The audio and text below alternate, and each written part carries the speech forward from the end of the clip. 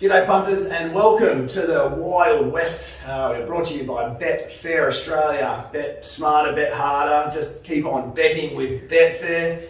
We're back together today, Crip, after a little hiatus in different parts of Western Australia. Good to see you. Yeah, likewise, mate. I was planning on spending a couple more days down south, but Missed me? yeah, missed you, and I thought I'd pull the pin on the holiday a little bit early because at the time when I was recording from Dome last week, I didn't think it was that bad. But when I listened to it back, I wasn't sure if the staff were cleaning up some cutlery or having a Greek party at the back. There was a place going everywhere, wasn't there? So yeah, apologies about that. It was not our best, but back in headquarters now and pretty pumped about this card, to be honest. Yeah, not a lot of bets, but a couple of really high confident ones. So, but before we get into that, let's do a quick recap of last week. So our bets last week, I tipped Talon in the first. It was a Brett Pope horse without a trial. Just one of those ones. Even it started less than what I tipped it at, so I got the overs, and that's half the battle. That's what I think is half the job to do. But no, I'm really upset at myself about that selection. So I got nothing nice to say. No, fair enough. To be honest, just Crippa and Terry, be better than that. Well, just be better than that, honestly. I was even annoyed, like 5 minutes before the race. I was down at Canal Rocks in Bustleton, and my mood just changed, and it was 5 minutes till jump because I knew it was going to lose. I just knew it was going to lose, and I was in a shitty mood. I don't care what I lose. I've lost enough to deal with it over the journey, but I was just annoyed at this investment. So you're not happy with it when you've got the good price and you still. If it wasn't with a dodgy bowler I didn't get paid for, I probably would have laid it off. Anyway, so we move on. Talon in the bin. Brett Pope's in the bin. Fire Sale, maybe he's back in form after Fire Sale. I hope not, because I'm on Porphyrio later today. Yes, so. But you didn't have to wait too long for redemption, so last of the line next. You were both pretty keen, but you absolutely labelled it. And it was easy viewing, wasn't it? Yeah, it was easy viewing. Ended up in the breeze. Tycoon Storm was a late scratching. It was the horse that I thought might find the breeze. So we did think leaders back breeze 1-1. Ended up breeze. Got the job done pretty easily. I was at Will's Domain for lunch for that one, and we gave that a little. Watched that with my female friend. We gave that a little soccer on the table. Another bottle of champagne on the table. So trumpets around there. Female friend, another bottle of champagne. Nah, it was good. I was actually annoyed when Tycoon Storm got scratched because that horse can't walk at the moment, so all it did was deduct some of profit. It did. Started thin, didn't it? Yeah. Nah, I think it only won by length, but it just looked like Ryan Hill was swinging off it on the turn. Didn't want to go too early because it's still got a lot to learn, so it could have won by 2 or 3, I think. I agree. I backed a horse called Bruce Almighty each way. I forgot about Bruce. Yeah, I'm happy with this bet. I got $14. It started at 8. But it went horrible. It box seated like I'd hoped. Peppy Jack wobbled off the turn, and I thought, here we go. I was counting the cash, and it just didn't go through the gap. So, but yeah, if I get $14 for a horse that starts at 8, tick for me. But didn't get the result on the day. No, and then we, to finish the day, we were we were semi-aligned, but a little bit different. You were Aberdeen Queen heavy, I was Naughty by Nature heavy, and we run second and third to a horse we just need to give a touch more respect to in Rationale. All three of them had pretty good runs. I thought Clint, being really critical, Clint could have maybe just held the back of Rationale. He knows the horse is going to take him into it for a little bit longer, and we probably see a different result. That's probably worth the half a length, but that is being super I was speaking to the owners last night, and their instructions were to take off early. Were they? Yep. Okay, so he's ridden that a tree. He's absolutely ridden that a tree. There was 3 really good up-and-comers in that race. They all got perfect runs. I even went back and had a look at the race, and I could have never found Rationale. But now we'll start to respect her more. Aberdeen Queen ran third, only beaten half a length, but as I said, every chance. Just good to know where she's at now. But we've seen a true reflection of Aberdeen Queen this prep. Yeah, I'd like to see Aberdeen Queen back down to 1400 as well. I think her best attribute is her finishing sprints. I'd like to see her ridden colder at 1400, and I think we might see the best out of Aberdeen Queen there, but we'll wait and see. Horse to follow? In the same race, actually, I'm going to go with Friar-esque. We're talking about 3 up-and-comers. I reckon it was probably the run of the race. Had 61, went back from the wide draw, held up top of the straight, but hit the line as well as anything. Doesn't win out of turn, but is going really well at the moment. Loves W Pike too. 2 runs, 2 huge efforts. Horse to follow for me is Maginica. bit of an odd one. Didn't get to lead the last of the line race as expected. Goes to the Batavia Sprint on Sunday. I think Magineca's 2 runs have been full of merit, and it's just down to a rating where it can win races again. So I'm not sure if we haven't done the Batavia yet, but not yet. But that was my second pick for horse to follow, actually. So thanks, mate. Got it both. Only beaten a couple of things. Against Patton, I think, as well. Against its best race. 100%. Ride of the week. Tell you what, it was a battle to find a ride of the week. There were no real standouts for me. No, neither. I ended up going with Magical Dreams because Pike was boxed. You know, he was 1 out, 1 back, or 1 out, 2 back with runners around him and didn't get blocked. But really struggled with clutching at straws here. So well done, Pike. I potted him last week, so I thought I'll give him a little rep up there. So Pike, you get my ride of the week. He's probably the first jockey to get the double here then as well, because I think most jockeys panic on Flirtini when they get caught deep. He just goes back to last, and you saw Samarsdale get really wide on the bend, and you see a few of them flopping about. He's still 200 to go. He's still 6 off him, and he's not panicking. He's letting the horse go through her gears. So just for the way he rides in that sense on Flirtini, that was my ride of the day. Crip, this card, we like it. We're going to look at one in race 3 that we both like, and then we're going to look at the 4 quaddy legs. So we've got 5 races we're going to preview. I'm allowing for a completely fair track, rail 7 metres, southwesterlies in play, coolish day, 28 degrees, just fair. Yep, no, 100%. Even funny last week with the Eastleigh, didn't play us on speed again. Yeah, so we're going to have to... The southwesterlies might be the way to go. Oh, I don't. No, but the winds are light, so they won't be a factor. Rail at 7 is not a common position, but couldn't really find a reason to say it would play on speed or off pace. So fair is good. Okay, let's go race 3. You kick us off. Tell us. Bully show run here. So there's 3 in the market. I'll knock the other horses first. 3 in the market: Madame Torio, Gemma Sun, and Icy Red. Gemma Sun's all class, but only 49 days ago raced over 1,800 metres, back to 1,000. It's a really interesting prep. Obviously, he's been freshened, but for that reason, I'm going to take him on. Also going to take on Icy Red, who there's a bit of a spruik about him because he was probably the most well-backed horse of the Calgary round. And everyone seems to have still been talking about it, but at the end of the day, he beat Talon, who hasn't won a race. He beat... Brave Dream, who didn't turn up. Brave Dream, who was good since, but didn't turn up and won a maiden, then a pretty weak class 1. Yeah. And he beat Boss Snip, who just broke through the other day, but has been a serial, I guess, money burner. So I'm not reading into that maiden win as much as what everyone else is. The recent trial was super, but with blinkers, and then they take him back off, which is interesting. Which leaves me with Madame Torio, who I think is bulletproof, will jump straight to the front, and that's the last I'll see of her. I agree. Fast horses going fast. Marty Allen has her absolutely revved up for this. He's very excited. I reckon he's telling anybody he can that listens that she'll motor along and they won't see her again.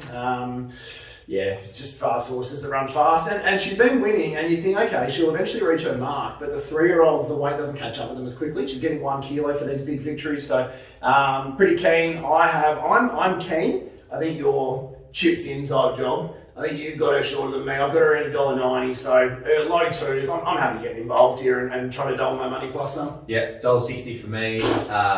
If it was around that even money, that's an awkward price for me, but obviously still value. But currently $2.30. More than happy to get heavily invested. One thing I will say is with the spruik around for Icy Red and the potential staying in the market of Gemma Sun, I'm expecting Gemma Sun to be the one that drifts. It will be interesting what the market does late with Madame Torio. It will be interesting. I think she'll stay pretty firm around that. She'll trade $2, $2.20. That's my prediction. But Icy Red could do funny things in this market, and that could make things interesting. It'll be interesting if the money does come for Icy Red, because it definitely won't be data money. I know he will improve off the debut, and he's obviously progressive, but he would need to improve 5 lengths to match Madame Torio's last run at the weights. So. I think Icy Red might be the drifter, and I expect Madame Toyota to trade in the red. Okay, I've just put up some 380 Dennis Sun on Betfair as well, so get involved. It was somebody already wanted some 380, so they instantly took it. So, so there we go. See how you go with that. Anyway, we're going to head to the Quadrella, race number 6. Pretty keen on one here, at a little bit of an each way quote. It's actually not one I'm convinced is currently at its best price. I'm basically going to take half now, I'll take half later, but the horse is called Pambella. She's been really oddly placed since her 3-year-old days, where she was super competitive in the staying features around Tuscan Queen in Naughty by Natures. This time she's come back, and I don't think she's been going as bad as her numerical data suggests on paper. 3 of her last 5 runs, she's a 64 rated mare, 3 of her last 5 runs have been in 72 pluses, 78 pluses in the listed race. So she's racing either 6, 8 or 15 kilos out of her correct handicapping. Last time out, she sat last on the back of a horse called Rivalry Galore after drawing the car park. If you watch her last 200 or her last 400 against Queen Takes King, who's $2.80 here, there's next to nothing in it. From barrier 3, Lactar goes on, finally finds the right 60 plus race, gets in with the 53. I think she jumps really nicely. I think she maps really nicely. There's just no depth to this race whatsoever. I've marked her 550 at $11. She is a very, very, very easy each way bet for me, Crip. So a little bit of value to kick off our Quadrella. Yeah, nice. Now, this is actually the last race I was doing, and I was going through it this morning and got about halfway through, and then... How do you decide the order you're doing? Probably on races that I wanted, like where I think I might be able to find a bet. Yeah, 1800 metres looked pretty even. Then the tab touch odds started going up earlier than usual, so they got swept to one side and never really finished it. But when I sort of had a rough idea of what it was going to look like, and the market reflected mine quite closely, so I won't be getting involved here, but can definitely see where you're coming from. Yep, all right, so Pambella each way, race 6, that's number 7. Moving on to race number 7. Neither of us too keen to get involved. Well, I'm not too keen to get involved here. The champ's going around again, dig deep. Tell you what, about a couple of Saturdays, we haven't had big Saturdays. He's got me out of trouble twice, just from stupid owners' bets. The first time I thought we were value, but yeah, the second time I didn't think so as much, but we got the jockeys anyway. Son of a Gun looks a weighted and barrier moral type here. Look, at even money, should park up just behind the speed, should get out, should be winning the race, but yeah, I'm not going to get too involved at the even money. All I'll say to those dig deep supporters out there, I know there's millions, tens of millions of you around. If you're going to back the champ, back him late, and I honestly wouldn't be backing him at all this start. If you're going to back him late, because there is no way he doesn't drift from the $4.20. Yep, fair enough. Not much more to add here. Son of God should be winning. Disappointed to see Luke's Gold not draw a gate. It was huge last start. He's flying, isn't he? Yeah, had a few disagreements over the week about the ride on Luke's Gold, but obviously Roy Rogers agrees with me because Chris Nicol off, Joe has a party on, but never want to see Chris Nicol get sacked because he's a ripper bloke, one of the best in the racing, but I think the connections might have not been that happy with him taking the back of Harry Thomas instead of the favourite. Yeah, it's understandable, that's just, isn't it? So, Luke's Gold, if Luke's Gold is the back of Big Deep, I reckon he can really make his presence felt. And yeah, good luck to the champ, good luck to the connections. Yes, good luck to you. Yeah, thanks, mate. I appreciate it. Got two, we got one earlier in the day. Be optimistic. Oh, yeah. Yeah, that's optimistic. Yeah. Fairly pessimistic about his chances, but Luke wouldn't be. Yeah, no, he wouldn't be. They're all specials, aren't they? Race 8, there's another one that's come up as a bit of a value for me here. We said it earlier, we were struggling to find a best ride last Saturday. Well, I can tell you what, I found the worst ride of 2021, and it's only mid-January. So go back and have a look at Regal Poise and what Sean O'Donnell did on it at his last start. Sean's a very accomplished, good jockey. I don't think this will go down as, this won't be hung on the mantelpiece. Pictures of this little outing. The stewards actually reeled him in, and there's about a 97 paragraph little run through of how much he butchered it basically. So he was 4 deep the trip on this mare, and at the top of the straight, once you're 4 deep the trip, you just think keep rolling into it and let the horse whack away and see how you go. He's tried to jag back underneath horses at the top of the straight, and I don't know. It looks like, and I'm not saying it is because there's no way he would do that. It looks like a genuine pull-up job. Like it's just horrific. He actually noted in the stewards report he was so surprised how much horse he had underneath him. She's not a mare that's done a huge amount in her career. She's done a little bit, but she's not done a huge amount in her career. So I really am taking that from that last run, and the fact that this race to me lacks depth. She, from the barrier, Chrissy Parnham goes on with Sean O'Donnell. Danny Morton's flying, just had the one runner last week for one winner. Eddie Rigg disagrees with me. Eddie Rigg reckons you might have lost that photo, but geez, I've enjoyed that. That's been quite entertaining to follow. But from the barrier, and purely on that last run, I think Tommy Blue's going to do some work to get across to the breeze here. Mickey Blue Eyes was huge, but where does he end up in the run? Sorry, and there's nothing else in this race. Again, I've got Regal Poise, $5.50. We're currently talking $11 each way. Form jockey. Form hoop, one of the most eye-catching runs you will see last start. Yeah, I'm really keen to be on here, and one of my better bets for the day, I think. Regal Poise each way, number 14. Crip. Fair enough. Well, speaking of replay watches, I'm not sure.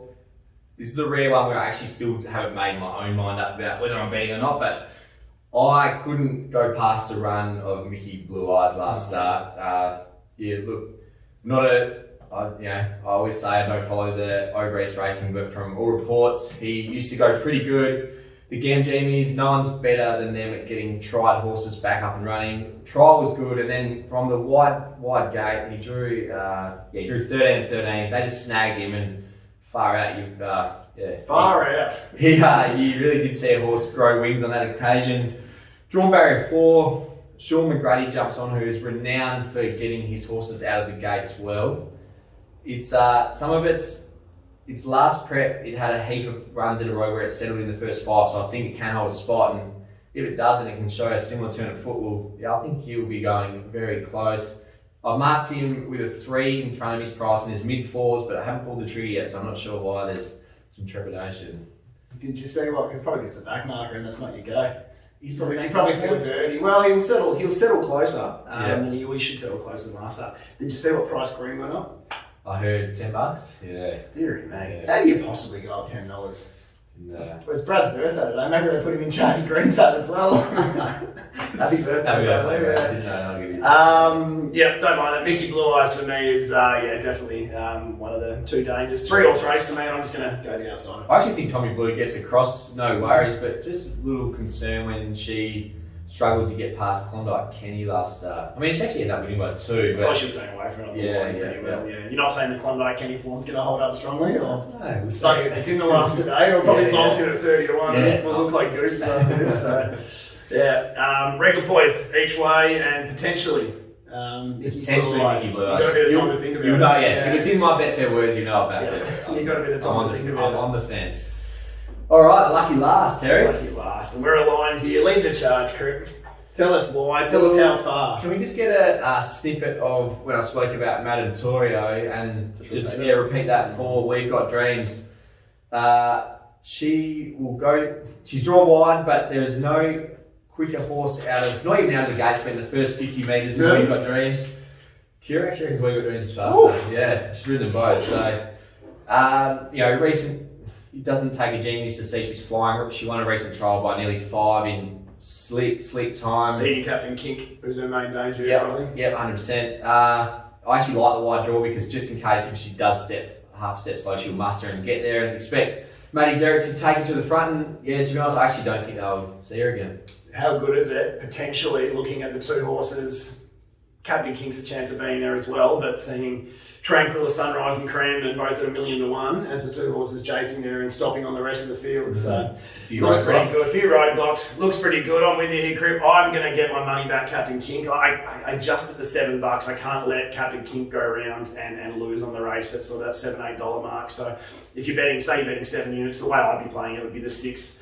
We've Got Dreams 1, Captain King. It's just getting your cash back type thing. Yep.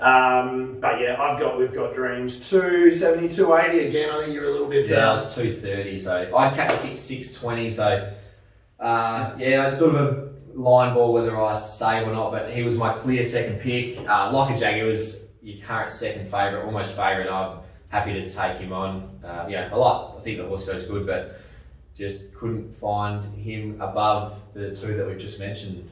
I'm out the door like the Jaguar. Yeah. So, yeah, he's And even about a rough horse with this prep. yeah, oh no. The other one, Plutocracy goes good, but don't think Barry one suits. He seems like a horse who would rather do it 3 deep, no cover than be stuck on the fence. Bit of a Flower of Scotland about him. Mm-hmm. Good in that. Good, Like good comparison. I like that. Yeah. What was it? Not playing.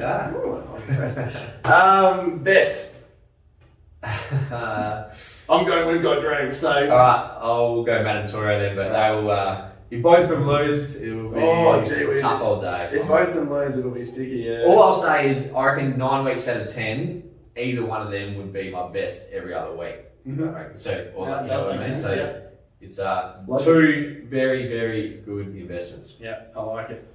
I like it. All right, Alrighty, that will do us. Yeah, it's good. What podcast this week? Podcast. We've got the Bunbury Turf Club. Alex Doble's on, just discussing the standalone meeting and what's coming up at Bunbury Turf Club. So it was good to speak to Alex. That's available, the 1-1 on all the various podcast stuff, and we'll be on SEN on Saturday morning, joined by W Pike, the Wizard. Am I getting a gig this week? Yeah, we'll give you a phone call. Yeah, you get you in. The Cripps tip. You love it, don't you? 2 minutes. Yeah, it's good. And yeah, that Bunbury Turf Club, actually, that standalone meeting will be good. Are you going down there for it? I think so, yeah. We're probably going to record a podcast day and night. Yeah. Make a dick of myself. Yeah, So, I'm going to play your strengths.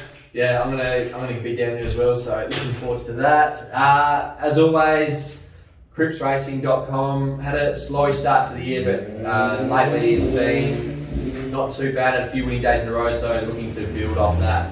Until then, I can tell that dickhead out there that shut up with the V8. Until then, good luck on the weekend and gamble responsibly.